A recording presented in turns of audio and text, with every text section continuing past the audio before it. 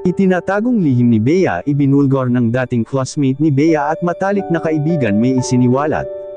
Isang mapagpalang araw sa inyong lahat mga kalingap, sanay hindi nyo po makalimutan na mag-like sa video na ito. At paunawa tapusin muna ang kabuuhan ng video na ito mga kalingap at para malaman ang nilalaman nito. At maraming salamat po mga kalingap sa pagpatuloy na pagsuporta lalo na kay Kuya Val Santos Matubang at kay Ate Edna Vlogs at Kalingap Rab, maraming salamat po. Dating classmate ni Bea may isiniwalat. Ano naman kaya ito mga kalingap? Yan ay atin nang malalaman ngayon. Si Bea ay isang tahimik at mahiyain na dalaga na laging tinatangkilik ang mga simpleng bagay sa buhay.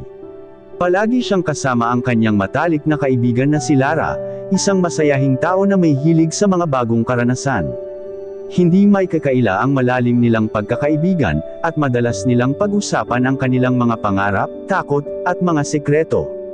Isang araw, habang magkasama sila sa isang kapehan, nagkwento si Lara tungkol sa kanyang bagong crush sa isang lalaki mula sa kanilang klase. Habang nakikinig si Bea, may isang bagay na tila nagpapahirap sa kanya, mayroon siyang lihim na matagal nang itinatago kay Lara. Isang lihim na hindi niya kayang ibahagi, kahit pa ang kanyang pinakamatalik na kaibigan ay naghahanap ng tulong. Minsan, si Bea ay nagkakaroon ng mga hindi maipaliwanag na pakiramdam. Napansin niyang iba ang mga tingin ng kanyang mga kaklase sa kanya, at hindi niya maintindihan kung bakit. Ngunit may isang tao na hindi niya kayang iwasan, ang guro nilang si Mr. Marco. Hindi ito ang usual na guro na magaan ang pakiramdam ng mga estudyante. Si Mr. Marco ay may kakaibang presensya, at sa tuwing sila ay magkasama, may mga pagkakataong naiisip ni Bea na may kakaibang uri ng atensyon na ibinibigay nito sa kanya. Isang hapon, nagkaroon ng pagkakataon si Bea na mag-isa sa silid-aralan habang nag-aayos ng kanyang mga gamit. Pumasok si Mr. Marco at nagsimulang makipag-usap. Nag-uumapo ang pasensya ng guro, at ang mga simpleng tanong ay tila may malalim na kahulugan. Sa paglipas ng mga araw, nakaramdam si Bea ng pagkabahala at nahulog ang kanyang loob sa isang sitwasyon na hindi niya kayang kontrolin. Nang gabing iyon, tinanong ni Lara si Bea kung may nangyari ba sa kanila ni Mr. Marco.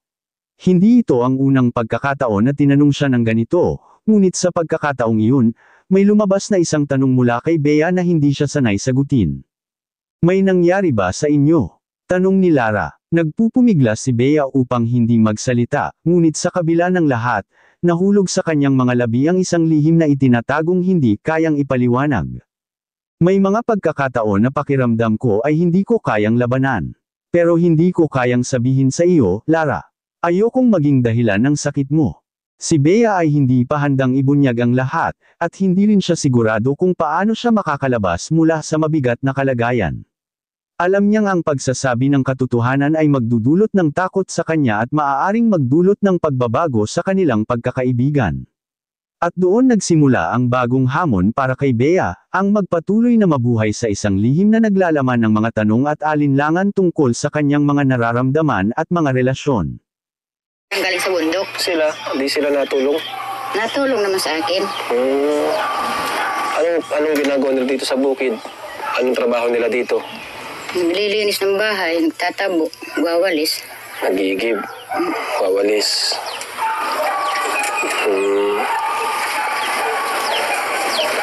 Anong gusto nyo na ganun na lang sila o hindi naman? Hindi naman. Anong pangarap nyo sa kanilang tatlo? Mag-aaral? Mag-aral sila para makatulong naman sa amin. Gusto naman nila po. Gusto naman nila. Kailan daw sila masimulang mag-aral? Huwag nang ans, doon mismo sa school. Sabi nga ni Melissa sa school daw. School para daw maganda. Yun. Kailan daw po? Pagpasokan yata. Ang binigay ko na malaking tulong ba yun? Ano masasabi niyo po sa binigay ko? 3 cellphone po, tig-isa sila. Salamat sa tulong ninyo kasi nabigyan ninyo sila ng cellphone. Kahit paano na makakanood sila ng mga nangyayari sa labas, siya baga po Opo. hindi lang dito sa bundok. Nakikita nila yung ibang tao, ibang mga personalidad. Di ba, Nay? Malaking tulong to na itong, kasi yan din yung suggestions ng mga mga viewers namin na magbigay doon ng cellphone. Kaya Kaya lang kaya sila na pwedeng isama para makalabas tayo. Papasyal. Nakapunta na silang isa yun. Natutuma daw yung mga bata. Hindi. May nakaranasan daw sila na hindi nila makalimutan. Ganun. Ay, hindi yan totoo. Yun lang sinabi nyo na nabully sila. Yun lang siguro, ano? Di ba na sabi nyo nabully po sila sa school? Nabuhay sila. Kasi nga dahil mga tahimik, ganun. Pero dito, hindi naman. Hindi naman. Pero pag inutusan mong isanay, lahat sila sama-sama. Sama-sama sila tatlo. Hindi pwedeng may maiwan. Wala. Ang galing ano. Sabay silang tatlo pupunta sa tindahan.